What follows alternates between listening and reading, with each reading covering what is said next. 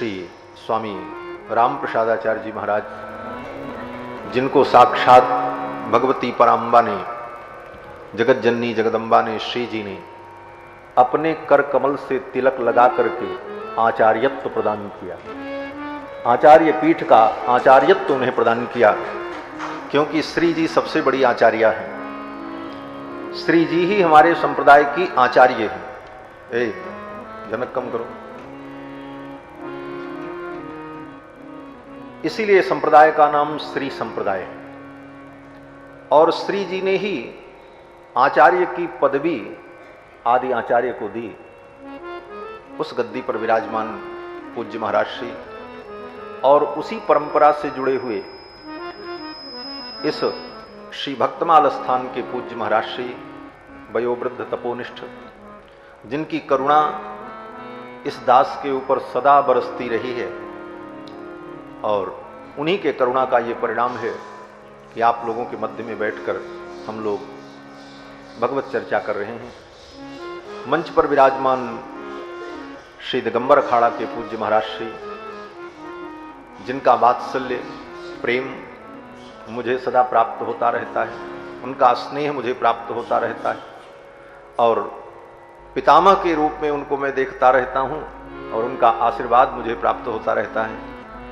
ऐसे पूज्य दिगंबर अखाड़ा के महाराज श्री इस श्री भक्तमाल पीठ के उत्तराधिकारी माननीय सम्माननीय श्री अवधेश दास जी महाराज, जिनकी परिकल्पना के परिणाम स्वरूप ये पवित्र कार्यक्रम आज प्रारंभ हो रहा है। बड़ी बड़ी योजनाएं महाराज जी की मन में चलती रहती हैं और समय पाकर के वो मूर्त रूप लेती रहती हैं। मंच पर विराजमान इस स्थान के बड़े शुभ चिंतक श्री नागा राम लखन दास जी महाराज, जिनका नित्य नियम वर्षों से चला आ रहा है कि अगर अयोध्या में वो रहेंगे तो भगवान की आरती में वो यहाँ जरूर उपस्थित रहते। आरती उन्हीं की अध्यक्षता में होती है। मानो इस प्रकार क्या कर रहे थे भैया?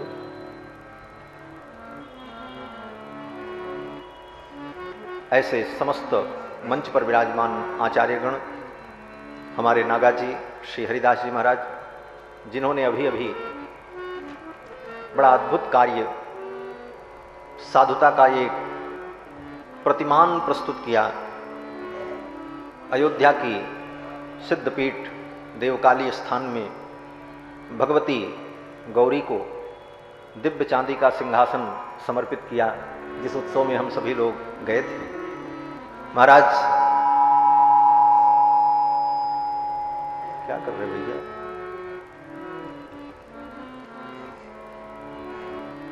बोलो श्री सीतारामचंद्र भगवान की जय। पूज्य श्री हरिदास जी महाराज, हमारी अयोध्या जनपद के प्रथम नागरिक सम्माननीय श्री ऋषिकेश उपाध्याय जी एवं उनके पार्श्व में विराजमान गुड्डू भैया और समस्त उनके सुहृदगण, दूर दूर से आए हुए धर्मानुरागी सज्जनों, श्रद्धामयी माताओं, इस पवित्र कार्तिक मास में श्री विष्णु पुराण को श्रवण करने के लिए हम सभी लोग समुपस्थित हैं। सामान्य लोगों के मन में एक जिज्ञासा होगी कि राम कथा, भागवत कथा, ये सब कथा तो होती ही है, विष्णु पुराण की क्या विशेषता है? विष्णु पुराण 18 पुराणों में परम सात्विक पुराण है। 18 पुराण ये 3 प्रकार के हैं। 6 पुराण सात्विक हैं, 6 राजस हैं और 6 तामस हैं। सतोगुण, रजोगुण, तमोगुण, इन 3 गुणों से युक्त होने के कारण पुराण भी त्रिगुणात्मक हैं।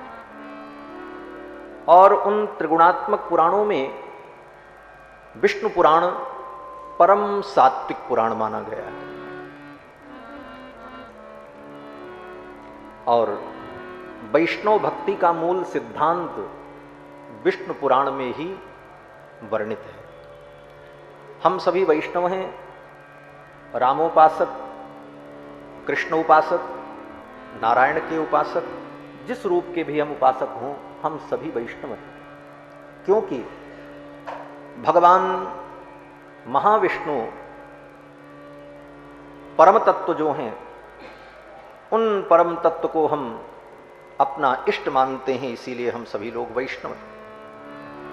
और वैष्णव का जो सिद्धांत है, उस सिद्धांत का मूल आधार विष्णु पुराण है। विष्णु पुराण में वैष्णव धर्म का निरूपण और भगवान श्री विष्णु को परम तत्व के रूप में बताया गया है।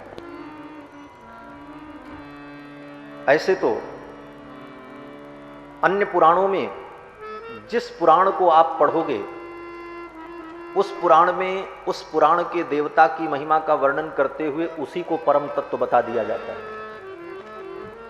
देवी पुराण पढ़ो तो देवी जी ही परम तत्व, शिव पुराण पढ़ो तो शिव जी ही परम तत्व, गणपति पुराण पढ़ो, गणेश पुराण, तो उसमें गणेश जी को ही परम तत्व। ऐसी स्थिति में हम किसे परम तत्व के रूप में माने? परम तत्व कौन है? सुप्रीम पावर, सुपर सोल, परमात्मा। इसका निर्णय कैसे हो? तो कहते हैं इसका निर्णय सात्विक ज्ञान के द्वारा होता है। जब हमारे अंदर शुद्ध सत्व जागृत होता है, तभी शुद्ध ज्ञान होता है। सत्व गुण का परिणाम ही ज्ञान है। इसीलिए गीता में भगवान ने कहा कि सत्वात् संजायते ज्ञानम, सत्वात् संजायते ज्ञानम। जब हमारे अंदर सात्विकता बढ़ेगी, तभी शुद्ध ज्ञान होगा। इसीलिए अपने अंदर के सतोगुण को प्रकट करने के लिए, सतोगुण को जागृत करने के लिए हमें सात्विक आहार, विहार, विचार, सत्संग, शास्त्र, इन सब का सात्विक सेवन करना चाहिए। हमारा आहार भी सात्विक हो, हमारा विचार भी सात्विक बने, हम सात्विक देवताओं की आराधना करें। क्योंकि देवता भी 3 प्रकार के हैं, सात्विक, राजस, तामस। तमोगुणी देवताओं की आराधना करने पर तमोगुण बढ़ता है। श्रीमद् भागवत महापुराण में वेदव्यास जी कहते हैं कि मुमुक्षवो घोर रूपान हित्वा भूतपतिनथ नारायण कलाश्रांता भजन्ति ह्यनसूयवः। मुमुक्षवो घोर रूपान, जो मुमुक्षु प्राणी हैं, जो संसार के आवागमन से मुक्ति चाहते हैं, ऐसे प्राणी, ऐसे मनुष्य क्या करें? तो वेदव्यास जी कहते हैं कि हित्वा भूतपतिनथ, भूत, प्रेत, अज्ञा, बैताल, ये सब जो देवता हैं, इन देवताओं की आराधना को छोड़कर नारायण कला शांता, भगवान नारायण की जो कलाएं हैं, कला माने अवतार, भगवान के जो रूप हैं, राम, कृष्ण, नरसिंह, वामन इत्यादि, यही नारायण की कला है। तो नारायण कला शांता भजन्ति ह्यनसूयवः। ऐसे मुमुक्षु प्राणी परम सत्वमय परमात्मा भगवान की आराधना करते हैं। तो भगवान परम सत्वमय हैं, और जब हमारे अंदर सतोगुण प्रकट होता है, तभी विशुद्ध ज्ञान होता है। रजोगुण और तमोगुण के रहने पर हमारा ज्ञान संशयात्मक होता है, निश्चयात्मक नहीं होता। ज्ञान तो सबको कुछ न कुछ होता है, लेकिन निर्णयात्मक ज्ञान, निर्भ्रांत ज्ञान, भ्रमरहित ज्ञान तब होता है जब हमारे अंदर सात्विकता। और विष्णु पुराण परम सात्विक पुराण है, और इस पुराण में तत्व का निर्णय किया गया है। तत्वपूर्वक ईश्वर, जीव और माया, इन तीन तत्वों का विवेचन विष्णु पुराण में बड़े ढंग से और बड़े सरल शब्दों में पराशर महर्षि ने किया है। इसीलिए विष्णु पुराण को पुराण रत्न कहते हैं। बाकी जितने पुराण हैं वो तो पुराण हैं, लेकिन विष्णु पुराण पुराण रत्न है। ये पुराणों में रत्न है। श्री यामुनाचार्य स्वामी जी महाराज अपने आलवंदार स्तोत्र में पराशर महर्षि को प्रणाम करते हुए कृतज्ञता ज्ञापित करते हैं कि मैं पराशर मुनि के चरणों में प्रणाम करता हूं, जिन्होंने तत्वपूर्वक चिद अचिद और ईश्वर इन तीन तत्वों का स्वरूप, इनका स्वभाव और परमात्मा की प्राप्ति के साधन, इन सारे विषयों का निरूपण जिस पुराण रत्न में किया है, ऐसे पराशर महर्षि को मैं प्रणाम करता हूं। तत्वेन यच्चिदचिदीश्वर तत्स्वभाव भोगापवर्ग तदुपाय गतिरुदारः संदर्शयन्निरमिमीत पुराण रत्नम तस्मै नमो मुनिवराय पराशराय। पराशर महर्षि को हमारे पूर्वाचार्यों ने प्रणाम किया, क्योंकि विष्णु पुराण के रचयिता पराशर महर्षि हैं। ऐसे तो 18 पुराण के रचनाकार वेदव्यास जी माने जाते हैं। कहते हैं 18 पुराणेषु व्यासस्य वचनद्वयम्। 18 पुराण के रचनाकार कौन हैं? वेदव्यास जी। लेकिन उन 18 पुराणों में विष्णु पुराण एक ऐसा पुराण है जिस पुराण के रचनाकार वेदव्यास जी नहीं है। इसकी रचना वेदव्यास जी के पिता ने की है, पराशर महर्षि ने, लेकिन इसको भी वेदव्यास जी की ही रचना मान ली जाती है। जब पुराणों की गणना करते हैं तो 17 पुराण तो वेदव्यास जी की रचना है और विष्णु पुराण उनके पिता पराशर की रचना है, लेकिन इसको भी हम वेदव्यास की रचना कह देते हैं, मान लेते हैं। कारण बोले जैसे बाप की संपत्ति बेटा की संपत्ति होती है, गुरु की संपत्ति चेला की संपत्ति होती है, उसी प्रकार वेदव्यास जी के पिताजी की संपत्ति जो विष्णु पुराण है, ये वेदव्यास जी की संपत्ति है। इसलिए 17 पुराण के वो रचनाकार होते हुए भी 18 पुराण के रचनाकार स्वीकार कर लिए जाते हैं। ये भाव है। लेकिन विष्णु पुराण की रचना पराशर महर्षि ने की है। ये पुराण विद्या है। 14 विद्याओं में एक विद्या का नाम पुराण विद्या है।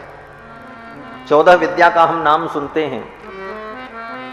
कहते महाराज हनुमान जी 14 विद्याओं के पंडित। तो 14 विद्या है क्या? बोले पुराणम न्याय मीमांसा धर्म शास्त्रांग मिश्रिता। पुराण, न्याय, मीमांसा और धर्मशास्त्र, जिसको स्मृति कहते हैं, 18 स्मृति, ये 4 विद्याएं। एक पुराण विद्या, एक न्याय विद्या, दूसरी मीमांसा विद्या। मीमांसा माने वेदांत। वेदांत को ही मीमांसा कहते हैं। वो 2 प्रकार का है, पूर्व मीमांसा और उत्तर मीमांसा। और चौथी विद्या धर्मशास्त्र। धर्मशास्त्र माने 18 स्मृतियां, मनु स्मृति, याज्ञवल्क्य स्मृति, पराशर स्मृति इत्यादि। तो पुराण, न्याय, मीमांसा और स्मृति, ये 4। और फिर वेद के 6 अंग, व्याकरण, ज्योतिष, कल्प, शिक्षा, निरुक्त, ये वेद के जो 6 अंग। तो पुराण, न्याय, मीमांसा, धर्मशास्त्र 4 और वेद के 6 अंग 10। और उसके बाद 4 वेद, ऋग, यजुः, साम, अथर्व। इस प्रकार 4 वेद, 6 उसके अंग और पुराण, न्याय, मीमांसा, धर्मशास्त्र, ये 4। ये 14 विद्याएं हैं। लेकिन इन 14 विद्याओं में पुराण विद्या को सबसे प्रथम गिना गया है। पुराणम न्याय मीमांसा धर्मशास्त्रांग मिश्रिताः वेदास्थानानि विद्यानां धर्मस्य च 14। ये 14 विद्याएं हैं। इन 14 विद्याओं में पुराण नाम की एक विद्या है और ये बड़ी सनातन विद्या है। वेदव्यास जी स्वयं कहते हैं कि पुराण विद्या सनातनी, यह भी विद्या सनातन विद्या है। ऐसा नहीं है कि द्वापर युग में वेदव्यास जी और पराशर महर्षि जब पुराण बनाते हैं तब पुराण होता है, उसके पहले पुराण नहीं था। त्रेता में भी पुराण होता है, सतयुग में भी रहता है, लेकिन लिपिबद्ध नहीं रहता। वो महर्षियों के मस्तिष्क में रहता, उनके ज्ञान में रहता है। और जिस प्रकार चारों वेद अनादि हैं, उसी प्रकार पुराण भी अनादि है। और वेदों का जो विषय है, वेदों में जो तत्व का निर्णय है, उसी वेदों के विषय को पुराणों में सरल शब्दों में कथाओं के माध्यम से प्रस्तुत किया गया है। वेद के द्वारा जिन तत्वों को हम नहीं समझ पाते, पुराण के द्वारा, कथाओं के द्वारा सुन करके उसको हम सरलता से और सुगमता से समझ लेते हैं। और ये विद्या सबके लिए लाभकारिणी होती है। वेद विद्या सबके लिए नहीं है। वेद केवल पुरुष पढ़ सकता है, स्त्रियां नहीं पढ़ सकती। वेद वही पढ़ सकता है जो संध्या वंदन करता हो, उसके सब नियम है। तो ऐसी स्थिति में सबको धर्म का, शास्त्र का ज्ञान हो, इसका उपाय क्या? तो भगवान पुराण विद्या को प्रकट करते हैं। वेदों के ही तत्व को पुराण में वर्णित किया गया और पुराण के माध्यम से सरल शब्दों में स्त्रियों को और वृद्धों को, बालकों को, ज्ञानी विज्ञानी को, सबको तत्वबोध प्राप्त हो जाता है। तो पुराण विद्या बड़ी सरल विद्या है। पुराण के श्रवण से व्यक्ति को मुक्ति की प्राप्ति होती। कथा है कि ब्रह्मा जी अपने 4 मुख से 4 वेद का पाठ करते हैं और उनका एक 5वां मुख भी था। ये 4 मुख के ब्रह्मा जी तो बाद में हुए हैं, पहले उनके 5 मुख थे और 5वें मुख से वो पुराण विद्या का पाठ करते थे। 4 मुख से 4 वेद और एक मुख जो 5वां मुख था, उससे पुराण विद्या। उसका परिणाम बोले पुराण विद्या को सुनकर के, पुराण की कथाओं को सुनकर के सरलता से, सुगमता से लोग धर्म के तत्व को समझ लेते और धर्म के पथ पर चल करके मुक्ति को प्राप्त होने लगे। पुराण विद्या को सुन सुन करके लोग मुक्त होने लगे। अब सारी सृष्टि मुक्त हो जाए तो ये भगवान की लीला कैसे चलेगी? ये तो लोकवत्तु लीला कैवल्यम, वेदांत में वेदव्यास जी कहते हैं ये तो भगवान की लीला है। सब मुक्त होकर के चले ही जाएं तो लीला कैसे चलेगी? तो किसी देवता ने जाकर के भगवान शंकर से कहा कि भोलेनाथ आप विश्वनाथ हो। भगवान शंकर ने कहा, बोले तो अब कुछ दिन ही आप विश्वनाथ रहोगे, इसके बाद आप विश्वनाथ नहीं रहोगे। बोले क्यों? बोले जब विश्व ही नहीं रहेगा तो किस बात के आप विश्वनाथ रहोगे? बोले क्या हो जाएगा? बोले सारा विश्व मुक्त हो रहा है। नारदादिक देवताओं ने जाकर के शंकर जी को कहा, बोले सारा विश्व मुक्त हो रहा है, सब मुक्त हो जाएंगे। बोले कैसे? बोले ब्रह्मा जी अपने 5वें मुख से पुराण विद्या का पाठ करते रहते हैं, उस पुराण विद्या को सुन सुन करके लोग मुक्त हो रहे हैं, सब मुक्त हो जाएंगे, सृष्टि रहेगी ही नहीं। तो आप काहे को विश्वनाथ रहोगे? आपको प्रलय करने की जरूरत भी नहीं पड़ेगी, आपका भी काम खत्म हो जाए। भगवान शंकर तो रुद्र रूप, उनको क्रोध आ गए और भगवान शंकर ने जाकर के अपने त्रिशूल से ब्रह्मा जी के 5वें मस्तक को काट दिया। जिस मुख से ब्रह्मा जी वेद पाठ करते थे, उस मस्तक को, ब्रह्मा जी के मस्तक को भगवान शिव ने काट दिया। जब काट दिया तो पुराण विद्या, पुराण पाठ तो बंद हो गया, लेकिन भगवान शंकर को ब्रह्म हत्या लग गई, क्योंकि ब्रह्मा जी महाराज ब्रह्मस्वरूप है।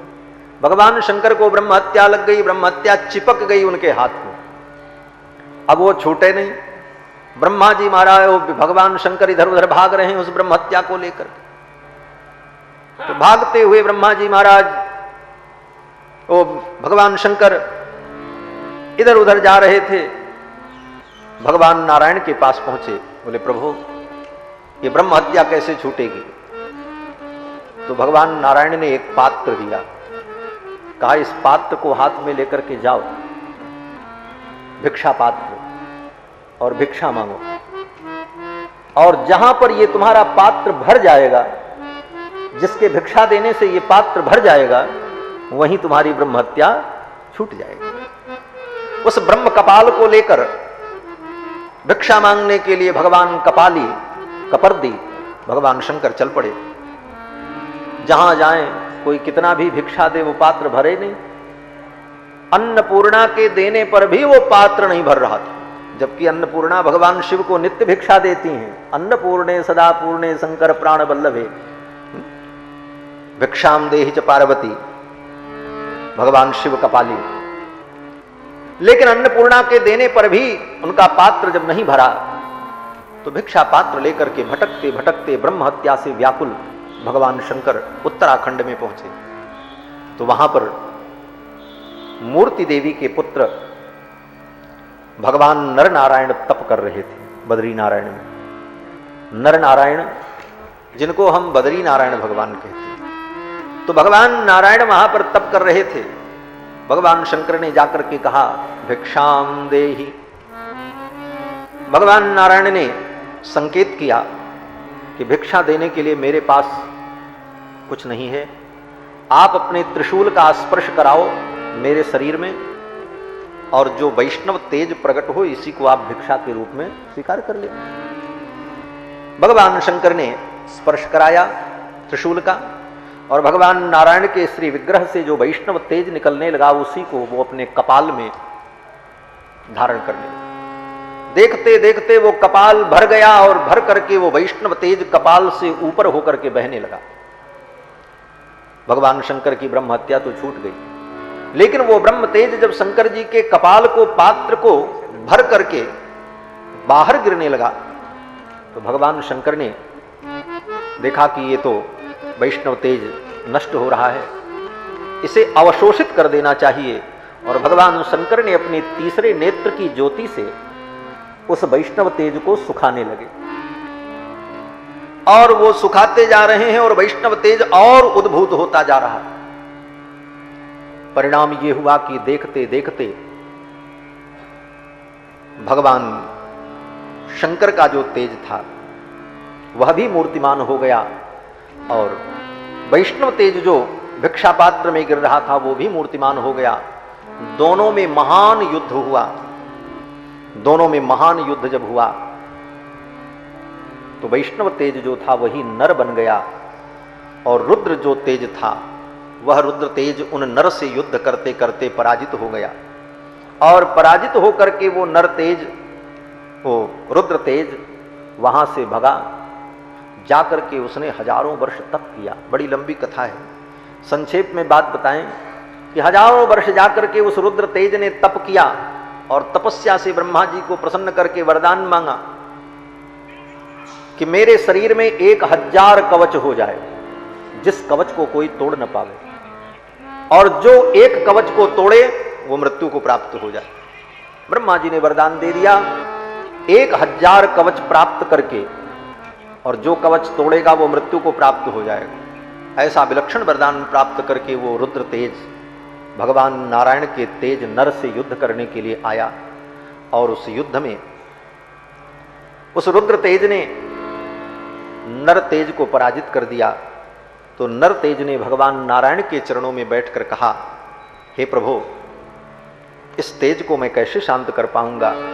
तो भगवान नर नारायण ने नर को कहा कि ऐसा करो, तुम भी युद्ध करो, मैं भी युद्ध करूं। एक कवच तुम तोड़ना, और कवच तोड़ने के बाद तुम मर जाओगे, क्योंकि वरदान है ब्रह्मा का, एक कवच जो तोड़े वो मर जाए।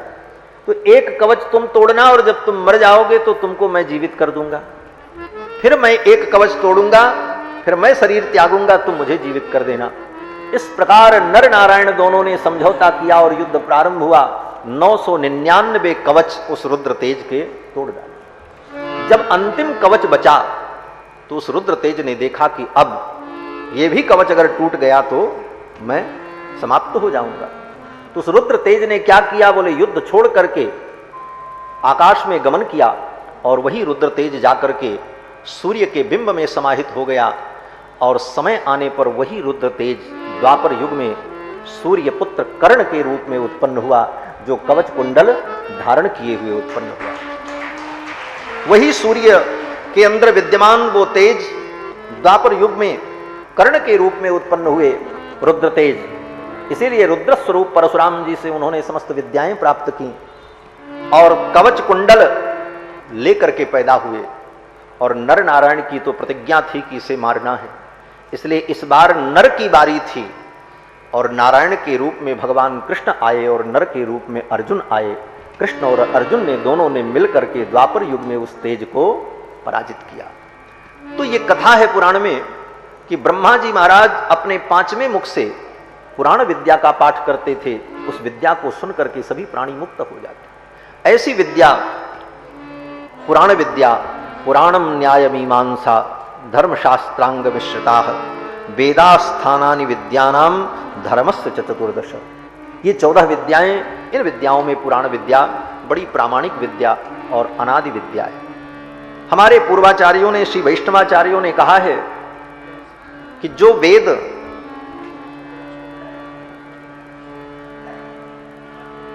ज्ञान के मूल आधार हैं, उन वेदों के अर्थ का निर्णय करने के लिए हमें स्मृति, इतिहास और पुराण की शरण में जाना पड़ता है। हमारे वैष्णवाचार्य कहते हैं कि वेदार्थो निश्चेतव्यः स्मृति इतिहास पुराणैः। वेद के अर्थ का निर्णय स्मृति और इतिहास पुराण से किया जाता है। वेद के 2 भाग हैं, पूर्व भाग और उत्तर भाग। पूर्व भाग में कर्मकांड और उत्तर भाग में ज्ञान कांड, जिसमें ब्रह्म का निरूपण। तो वेद के पूर्व भाग कर्मकांड का निर्णय स्मृतियों के द्वारा होता है और वेदों का जो उत्तर भाग है ज्ञान कांड, ब्रह्म मीमांसा, उसका तत्व निर्णय पुराण और इतिहास के द्वारा होता है। इतिहास क्या है? बोले रामायण और महाभारत, ये 2 इतिहास हैं और बाकी पुराण आप जानते हैं। तो इतिहास पुराण के माध्यम से ही ब्रह्म तत्व का, वेदांत का निर्णय होता है। इसीलिए इतिहास पुराण की बड़ी महिमा है। और उन पुराणों में विष्णु पुराण, परम सात्विक पुराण, वैष्णव पुराण है। इस पुराण में ब्रह्म, जीव, माया, इन तीनों के तत्व का वास्तविक निरूपण किया गया। तत्व के विषय में भी बड़ा मतभेद है। अन्यवादी लोग कहते हैं, सबके अलग अलग मत हैं। चारवाक कहता है आत्मा उत्मा कुछ नहीं है, ना आत्मा है ना परमात्मा है, वो तो कहता कुछ है ही नहीं। बोले तो सब हिल डुल रहे हैं, चल फिर रहे हैं, क्यों चल रहे हैं, कैसे चल रहे हैं, क्या हो रहा है, ये हलचल क्यों है? तो चारवाक कहता है कि जैसे पान का पत्ता हरा होता है और कत्था भूरा होता है, चूना सफेद होता है, सुपारी भूरे रंग की होती, लेकिन चारों को एक में मिला दो तो वो एक गाढ़ा लाल हो जाता है, एक चौथा रंग पैदा हो जाता है। तो सबके मिश्रण से एक नया रंग पैदा हो जाता है। उसी प्रकार प्रकृति के जो 5 तत्व हैं, पृथ्वी, जल, तेज, वायु, आकाश, इन 5 तत्वों के सम्मिश्रण से जब शरीर का निर्माण होता है प्रकृति में, तो उन 5 के मिलने पर उन 5 के जो गुण हैं वो तो रहते रहते हैं, लेकिन उनके साथ एक नया गुण पैदा हो जाता है, उसमें चेतनता आ जाती है, वो चलने फिरने लगता है, बोलने लगता है, और आत्मा उतना कुछ होती नहीं है। ऐसा चारवाक कहता है। वो कहता है ना आत्मा न परमात्मा। उनसे भी ज्यादा आगे बढ़कर बौद्ध लोग आए, तो बौद्धों ने कहा कि परमात्मा तो नहीं होता लेकिन आत्मा होती है। बौद्धों ने परमात्मा को नहीं माना। ये बात अलग है कि जो लोग नहीं जानते वो लोग कहते हैं कि बौद्ध धर्म ईश्वर को मानता है, धम्मम शरणम गच्छामि, बुद्धम शरणम गच्छामि, लेकिन उनके सिद्धांत में ईश्वर नाम की कोई वस्तु नहीं है। पढ़ लेना, जो दार्शनिक होंगे उनको मालूम होगा, दर्शन शास्त्र का जिन्होंने अध्ययन किया होगा। बौद्ध दर्शन कहता है ईश्वर कुछ नहीं, ईश्वर होता ही नहीं। आत्मा होती है, लेकिन आत्मा को भी वो शून्य मानते हैं, इसीलिए बौद्धों को शून्यवादी कहा जाता है। वो शून्यवादी इसलिए हैं कि हम लोग जिसको मोक्ष मानते हैं कि संसार के बंधन से मुक्त होकर हम भगवान के चरणों में पहुंच जाएं, ये मुक्ति है। बौद्ध कहते हैं मुक्ति माने शून्य। आत्मा ज्ञान रूप है और ये ज्ञान जब तक संसार में बना रहेगा तब तक आत्मा को बंधन है, ये ज्ञान समाप्त हो जाए, शून्य हो जाए। तो ज्ञान की समाप्ति, आत्मा का शून्य हो जाना, इसी को बौद्धों ने मुक्ति माना। तो उनके यहां तो एक प्रकार से आत्मा का भी विनाश हो जाता है। बचे जैनी लोग, बोले जैनियों के यहां तो आज तक निर्णय ही नहीं हो पाया कि ईश्वर है कि नहीं है। उनका सिद्धांत ही है स्यादवाद। स्यादवाद माने सप्तभंगी न्याय। वो कहते हैं हो भी सकता है, नहीं भी हो सकता है, आज तक निर्णय ही नहीं हुआ है। उनका यही सिद्धांत है, पढ़ लेना। और भी अनेक प्रकार की भ्रांतियां हैं। उसके बाद आकर के जब वेदांत में प्रवेश करो तो वेदांत में अभेदवादी लोगों ने कहा कि ब्रह्म तो नहीं है, अर्थात परब्रह्म परमात्मा जो है वही जीव के रूप में है, जीव की कोई सत्ता नहीं है, ब्रह्म ही जीव है, जीव ही ब्रह्म है। जिस प्रकार से सूर्य एक है लेकिन अलग अलग घड़े रखे हैं और उन अलग अलग घड़ों में पानी रख दिया जाए तो सब में सूर्य दिखाई पड़ेगा। 12 घड़े रखो तो 12 सूर्य का प्रतिबिंब दिखे, 22 रखो तो 22 दिखे। तो प्रतिबिंब तो 22, 72, 42 कितने भी दिख सकते हैं, लेकिन बिंब तो एक है। प्रतिबिंब 42 लाख 42 करोड़ भी हो सकते हैं, जितने पात्र रखो उतने हो जाएंगे। तो अभेदवादी कहते हैं कि ब्रह्म तो एक है, लेकिन ये शरीर रूपी घट में अलग अलग उस ब्रह्म का जो प्रतिबिंब पड़ रहा है वही जीव है। हर शरीर में अलग अलग घट में उस ब्रह्म का जो प्रतिबिंब है वही जीव है। घड़ा फूट जाए तो प्रतिबिंब तो कहीं कुछ है ही नहीं, पानी बह गया, घड़ा टूट गया, प्रतिबिंब तो था ही नहीं, वास्तव में बिंब ही था, वो तो छाया थी। उसी प्रकार ज्ञान हो जाने पर जब अविद्या की निवृत्ति हो जाए तो जीव तो ब्रह्म ही है, ब्रह्म से अलग नहीं है, ऐसा कहा।